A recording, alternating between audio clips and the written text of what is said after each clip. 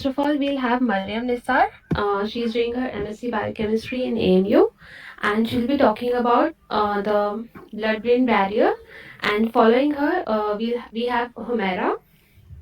She'll be giving you insights on how to prepare a presentation. And we will end with Labiba, and she will be briefing us about the club server on Discord. So I'll wait for a few more minutes so that more people can join in before we start the meeting. Okay.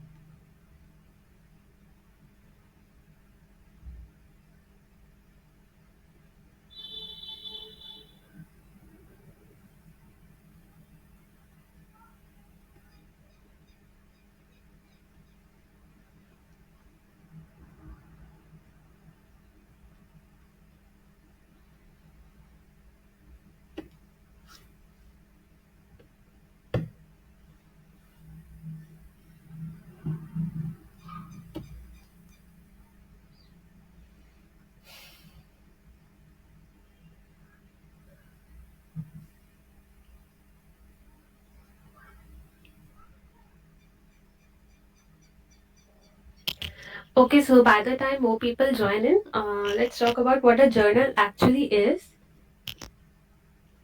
So journal, is a periodical. It contains articles about about the writings of experts who have done their studies in a particular field. And we, being the students of sciences, we really need to be aware about what the recent developments are, especially in the backdrop of the pandemic. We all know that there have been an intense work in the field of biochemistry, especially to develop the different kind of vaccines. And so these journals, studying them, they come really handy so that we can be aware about what things are happening around us. So we are really happy to initiate this program in the club so that we can have more journal discussions, and we'd be really happy to have more people joining in as soon as possible before our speaker can talk about the journal she is going to discuss. And also,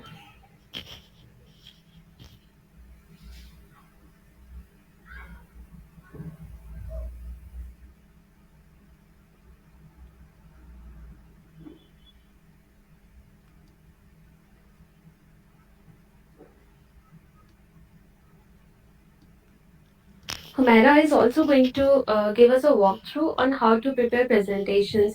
So, since we are the students who did our graduation and post graduations in when we were through the pandemic, so we lacked a lot of opportunities to prepare ourselves for such events. So, it would be highly appreciable of Humaira as she's giving us insights on how to prepare the presentations, because the way you take things through, the way you arrange the slides and everything else matters a lot while you give a presentation.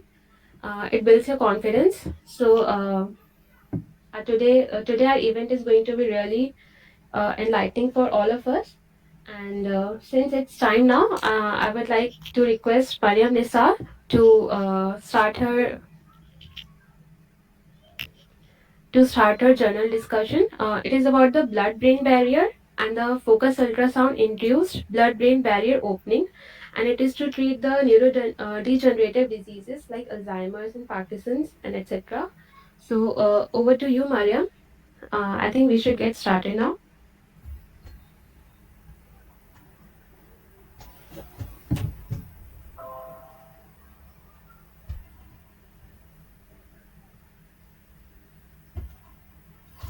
Hello everyone, can you see this slide? Yeah, it is visible. Yeah. So before I begin, thank you Himanshi for the introduction. Um, so should we wait for a few more minutes? people. It's only like 17 people now.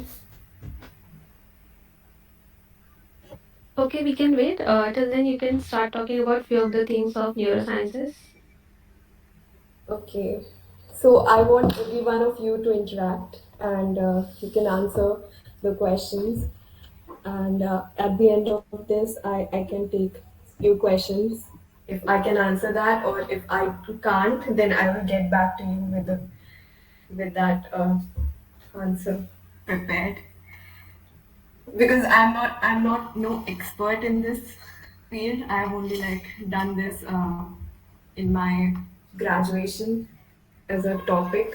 So that is why I like this topic actually. So so can we all agree that brain is precious organ of our body? Absolutely, absolutely, madam. So can you tell me like how the brain is protected? Anyone? Astrocytes. Yeah? Astrocyte cells work as brain rest. No, I'm asking like how a brain is The protected. most importantly is skull. Yes, skull. And what else? Can you tell? Cerebral Cerebral meninges. fluid. Yes. Yes, that is correct. The skull is meninges. They protect us from like physical injury. And do you know like what protects us from like that are toxins and pathogens that are present in our blood?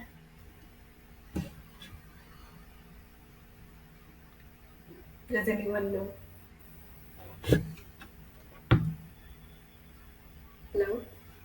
Yeah, but basically, I what I know is that since the circulation does not like all the things, the fluid does not go directly into the blood, and there are tight junctions in the blood. So that is made up of astrocytes. What one of the student has told right now, and because of that, everything does not move into the blood, and therefore it is protected from pathogens. So that astrocytes and everything that makes up the blood-brain barrier. So it is like the protective defense system of our of the brain between the brain and the blood. So let's go on to see what is the blood-brain barrier actually. So as you can see, these are tight junctions you talk about. These are the endothelial cells that are present in the brain capillaries. And these are specialized endothelial cells that are lining the interiors of the blood vessels. And these tight junctions, they are made up of claudins, occludins, and cadherins. These are transmembrane proteins which are restricting the passive transport of solutes between the central nervous system and the blood. And I will go over to like more simpler version of this. So you can see these are the astrocytes you were talking about. These are pericytes. Um, these are all endothelial cells with the tight junctions. So I will go one by one what all these cells do. Um, so these are the pericytes, and these regulate cerebral blood flow and brain barrier permeability, and they do so by signaling to astrocytes. Astrocytes are these cells, and endothelial cells and the neurons that are present in the brain. And these are astrocytes end feet, which help in communication with endothelial cells and pericytes that are situated in capillary basement membranes. So, and there's also like these microglia and macrophages that they present play a minor role here. So, why exactly we need this? The main function of the blood-brain barrier is the ion and the volume regulation in order to ensure the conditions, proper conditions necessary for proper synaptic and axonal signaling. And it is very highly selective uh, semi-permeable interface, and it only like allows gas molecules, water, and lipid molecules. It doesn't allow anything else other than this. So any of the drugs, any of the cells, all of these solute molecules, they are just not allowed. They're not allowed in this along this membrane. So let's go to the beginning of 19th century when there was this German physician. He is very well known. He is actually Nobel Prize winning physician. He injected the dye trypan blue in the bloodstream of mouse, and he noticed that it stained all the organs except brain and spinal cord. And in 1913, his student did a similar experiment, and he injected the same trypan blue dye in a cerebrospinal fluid. And what he noticed it is that it stained only the nervous tissue. And it wasn't until like 1960s that when there was electron microscope that was discovered, that we can only got to see what are the physical layers in the blood-brain barrier. And this is the illustration of what the experiment they did. And this one is the Paul Ehrlich's experiment, and this is Edwin Goldman's experiment. How it led to the discovery of blood-brain barrier. So, blood-brain barrier, as much as it protects us from various toxins, but it is also like has its own um, cons, I would say, that it doesn't allow any drug delivery. It just restricts every drug, every neurotherapeutics, every chemotherapeutic, monoclonal antibodies, recombinant proteins, and antisense oligonucleotides. You name any drug, it doesn't allow any drug to cross it. So that is a major obstruction in the effective treatment of neurological disorders like Alzheimer's, Parkinson's, amyotrophic lateral sclerosis, which you know may know as ALS, epilepsy, multiple sclerosis, brain tumors. Um, so, what are the factors that allow the permeability of drugs across blood-brain barriers? So, these are partition coefficient. It has to be of particular partition coefficient, molecular size, structure, physical co-chemical properties, and lipophilicity.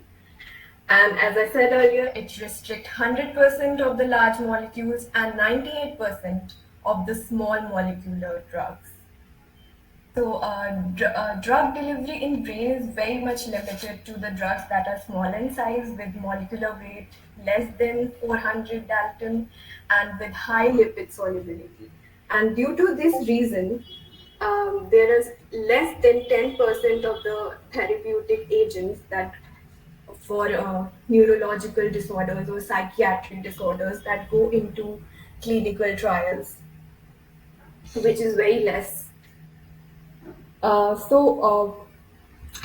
do we overcome this problem? What are like the methods that are being devised to carry out the drug delivery across the blood-brain barrier? So, to name a few, there are like Trojan horse approach using fusion molecules.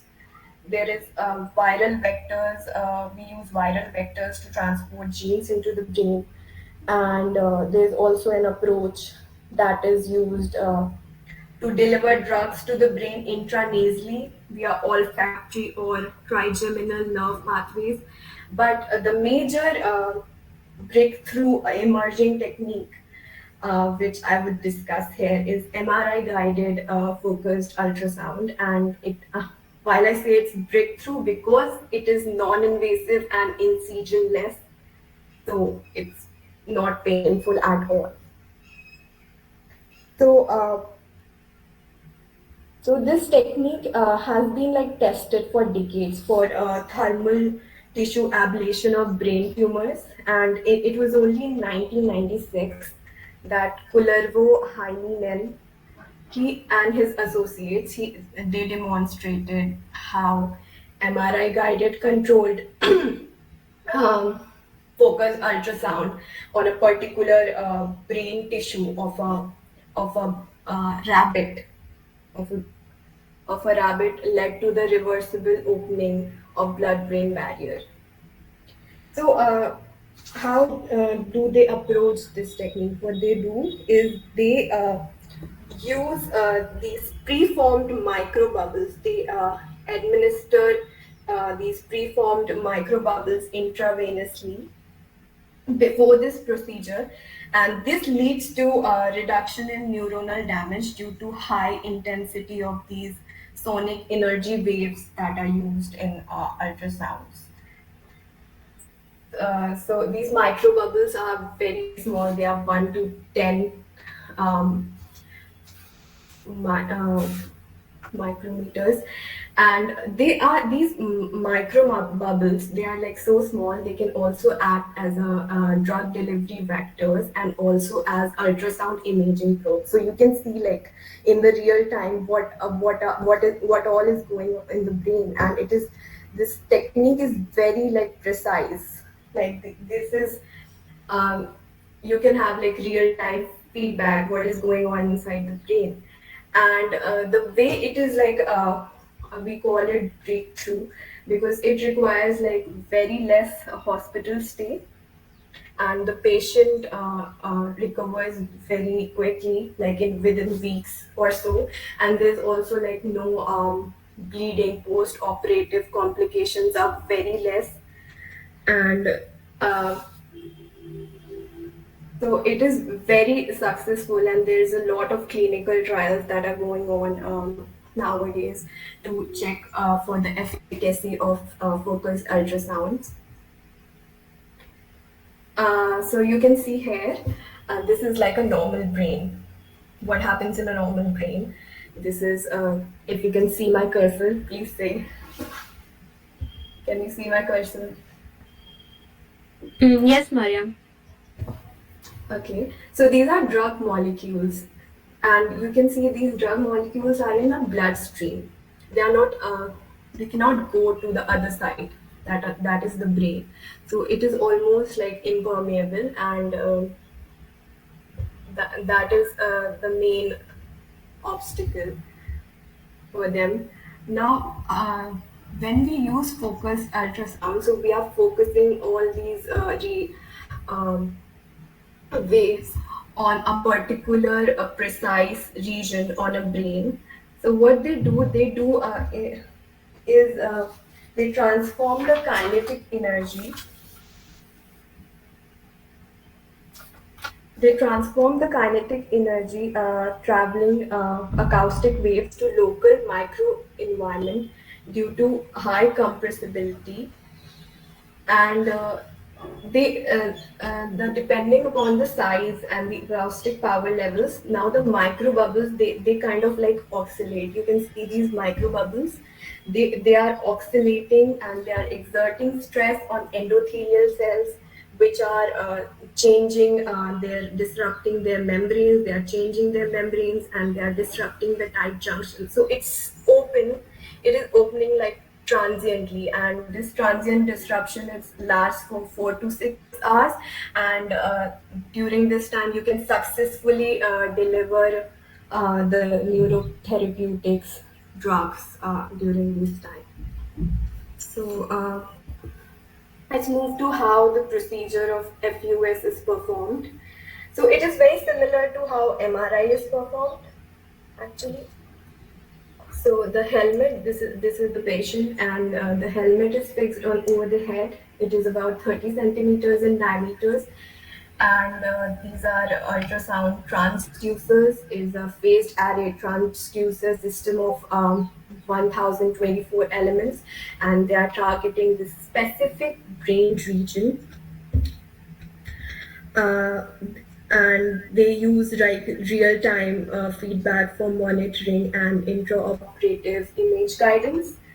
And now patient's head is this is fixed, and it is attached to mechanical positioning system, and it is fixed because the patient's head cannot move for this procedure to take place, because they use this stereotactic frame. Uh, and now the space between helmet uh, and the skull, this is filled with ionized degassed water.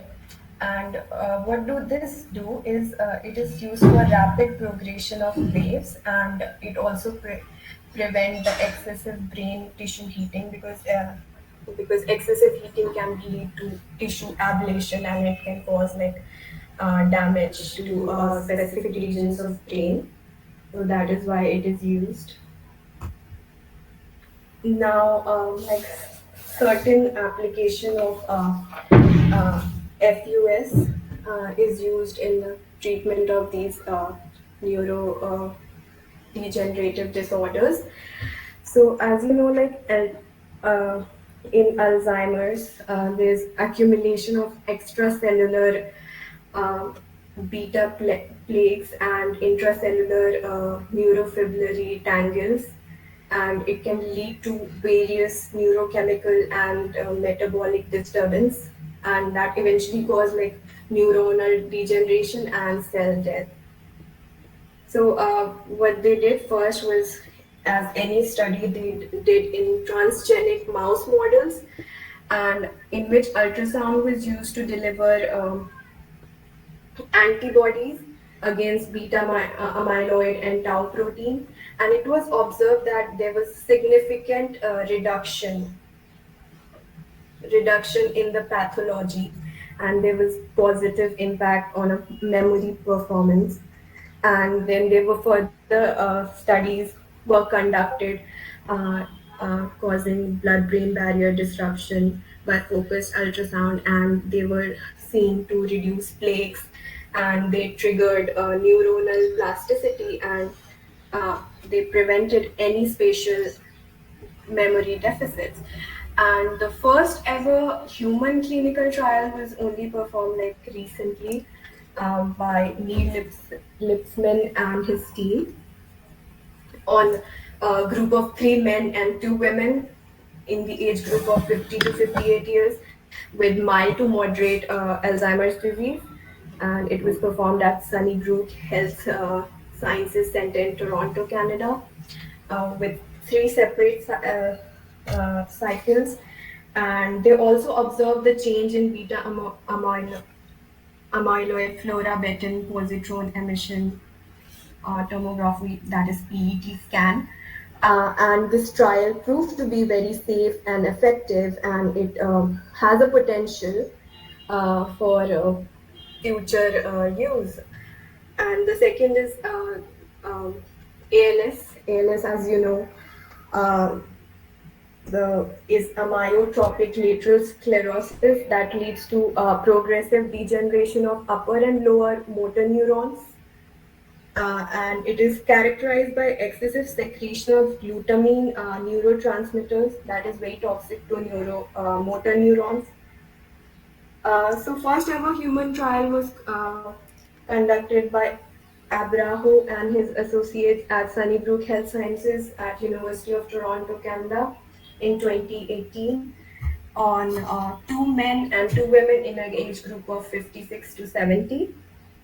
And the outcome was very favorable, and they were like FUS induced opening of barrier in all 4 patients. They were determined by God gadolinium leakage at a target site of primary motor cortex. So this is like emerging techniques, and human trials are going on, and it is the results are very favorable and positive. And yes, that's it from my side. If you have any questions, you can pin me.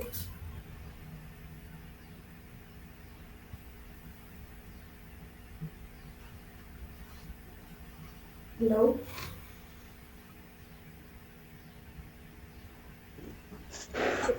Thank you, Mariam, and it was really good. I just loved the presentation. And also, I have a question here. Like, yeah, so FUS is an emerging technique, right? What Yeah. about see, we have neurodegenerative disorders previously as well, and anyhow, we were tackling them, right? So, what went wrong, and how did we even proceed with this technique, right? So, I just wanted to know, like, could you please give an insight about the earlier techniques that were being used, and apart from FUS and MRI, if there are any other techniques that can be utilized for the same, and what actually is a neurodegenerative disorder? Why are they actually known as neurodegenerative? So can you please give an insight about that? It would be really helpful. So, as I said here, it is in non-invasive and incisionless. So earlier, it was all like surgical operations that were performed on the brain of patients, and many people they actually are afraid of like surgeries and any of these operatives. So and the the also the outcome was very not very good in these, because the thing is, you have to target a particular area in a brain for these to functions. And what if you're not getting that out of like in a surgical operative, because there's no real time images that you can see earlier.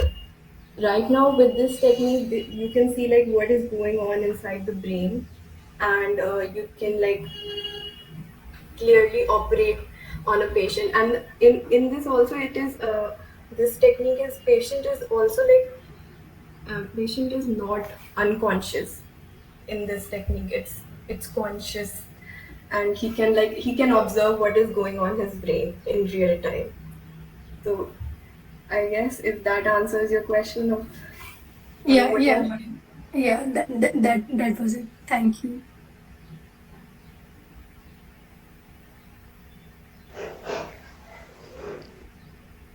Are there any other questions? If not, then we can proceed.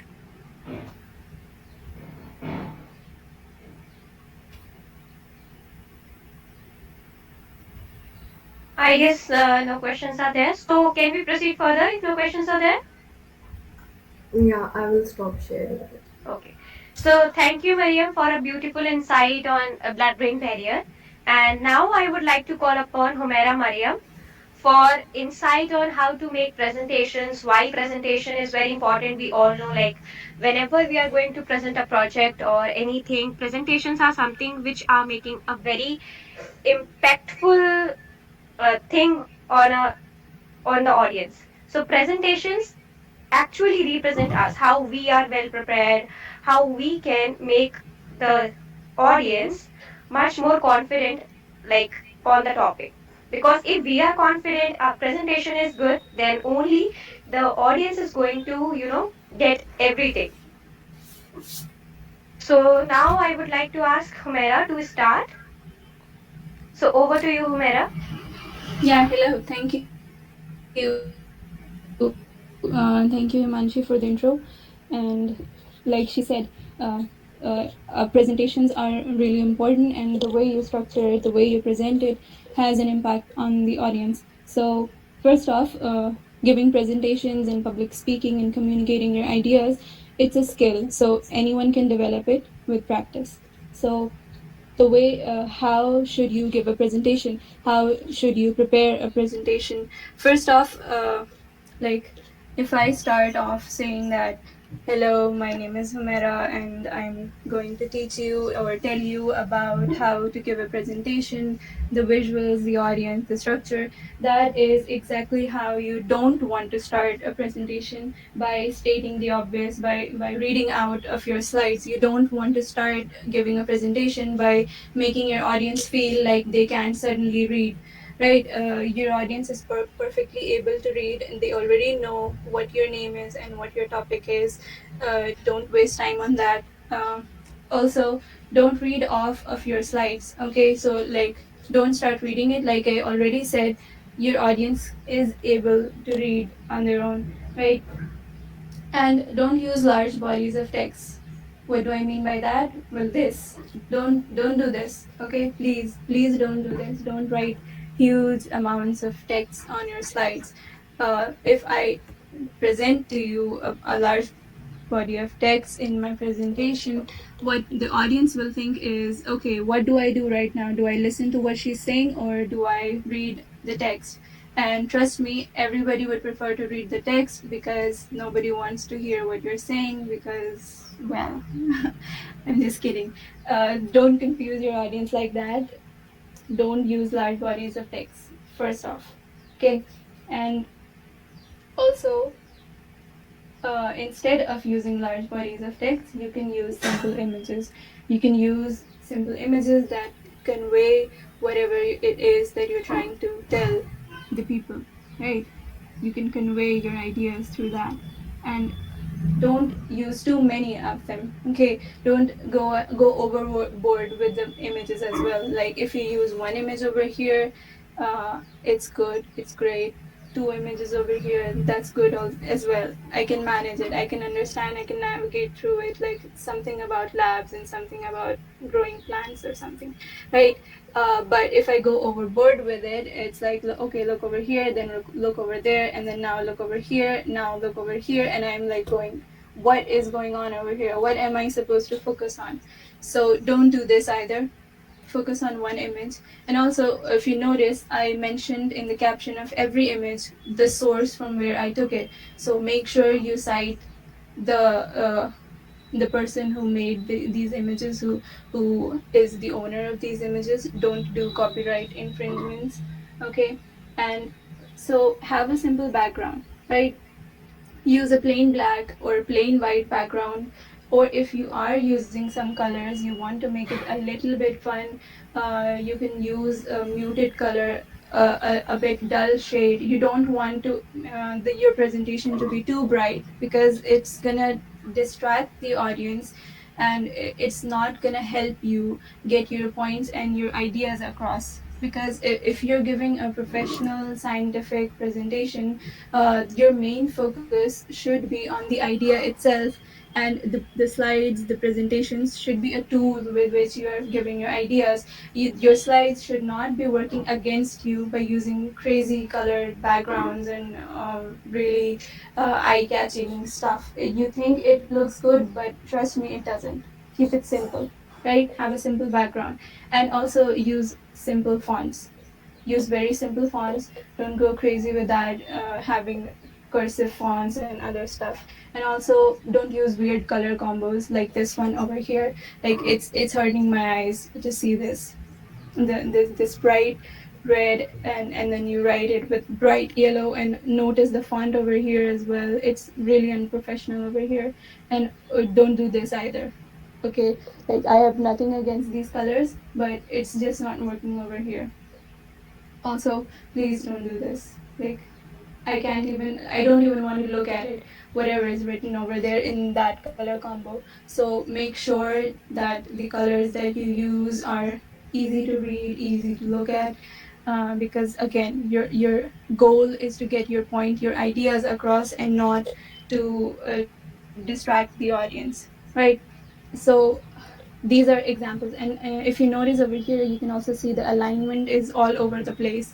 First it's left aligned, and then it comes to the center, and then it's right aligned. Don't do that either, unless you want to do something like this deliberately. Don't do this in a general way. Okay, on a general term, don't do that. And don't use these crazy fonts and these crazy color combos either. Also, it creates a lot of noise. Like if you look at this slide, yeah, the colors are good and stuff, they're working with each other, but look at this slide. I'm confused as an audience as to what am I supposed to focus on. Am I supposed to look at these uh, fancy looking graphs over there, or should I look at these dot uh, diagrams over there, or should I look at this pie chart at the bottom? What should I focus on, or should I be reading in the middle of it? What am I even doing over here? Like you just completely lose the attention of your audience if you're using a slide as noisy as this one. Okay, so keep it simple. Have one idea per slide. Okay, that's what you're trying to go for. Okay, so that was about the visuals, right? I quickly walked you through on the do's and don'ts, like what you should completely avoid always.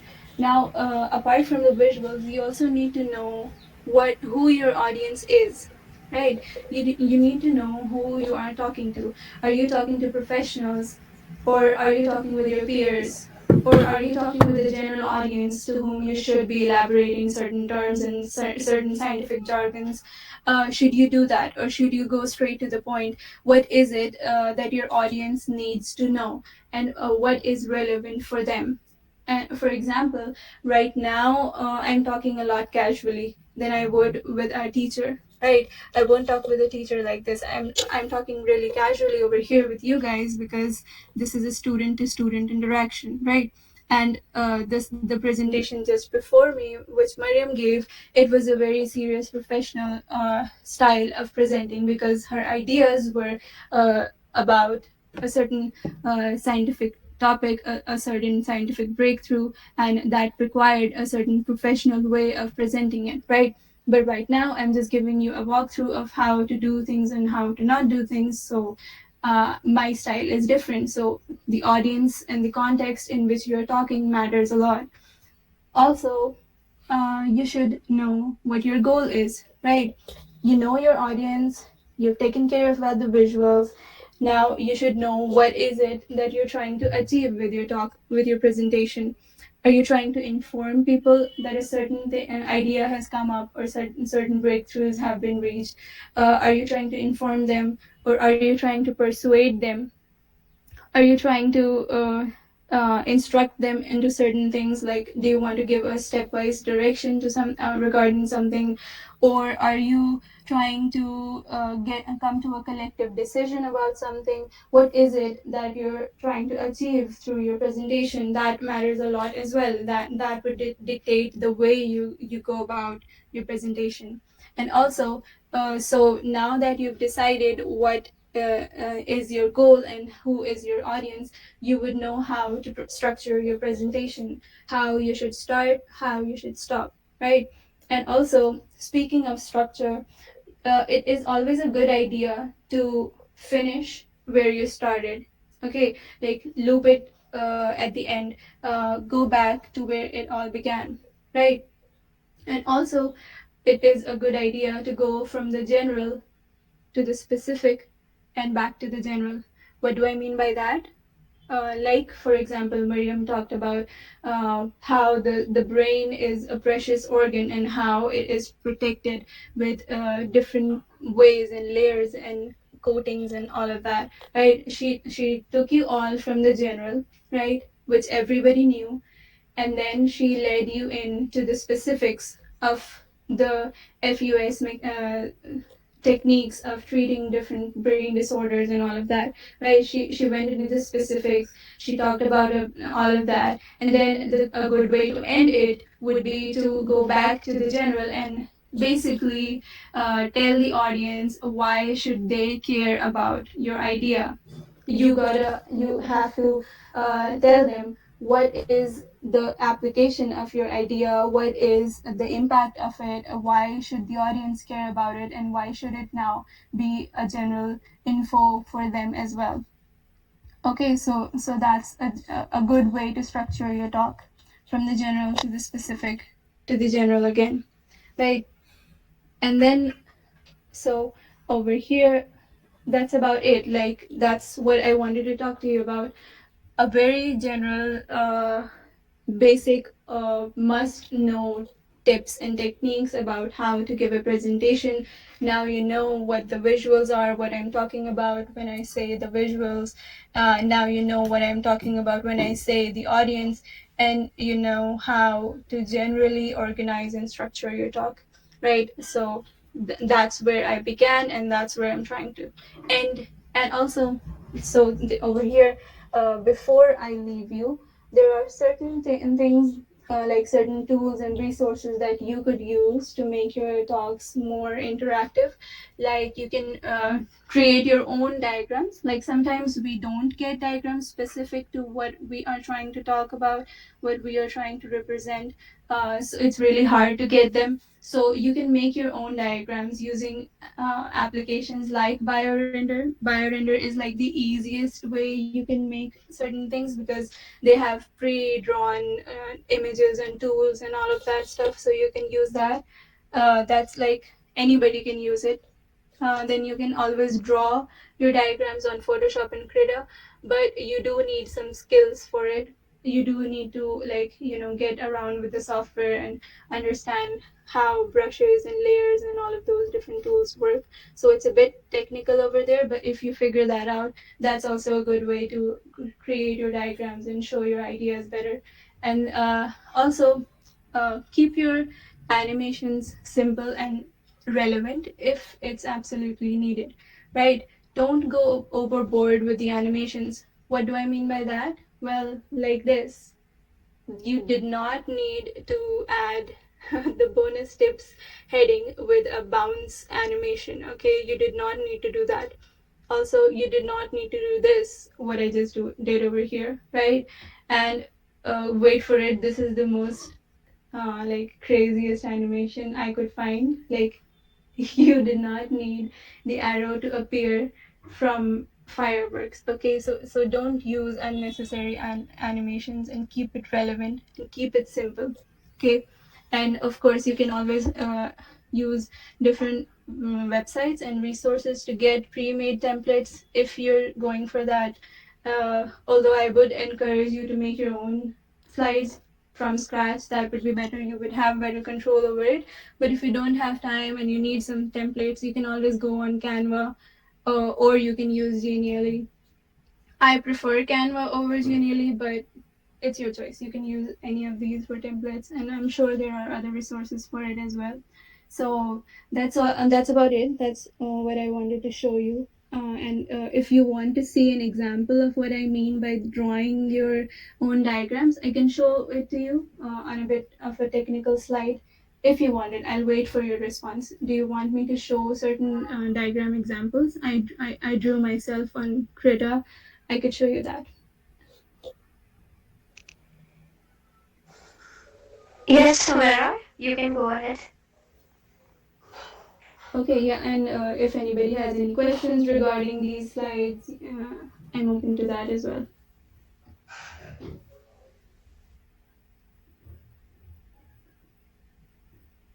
So, in class, we were given an assignment to make a slide on the discovery of introns. So, I created certain hand drawn diagrams for it.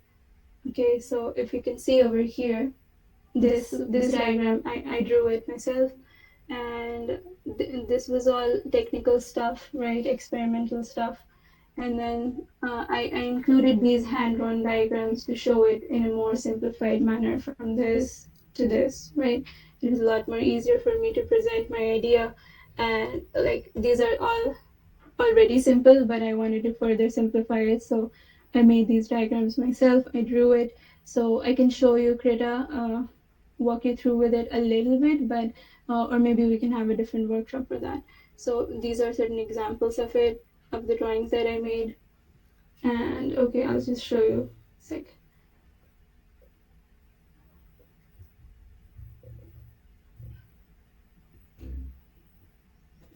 Yeah, okay, so Krita is like Photoshop, but it's a free resource. Okay, you don't have to pay any money, and it is good enough for me being like I'm not using it for any professional drawings and stuff, but I can draw stuff and make diagrams and figures and all of that.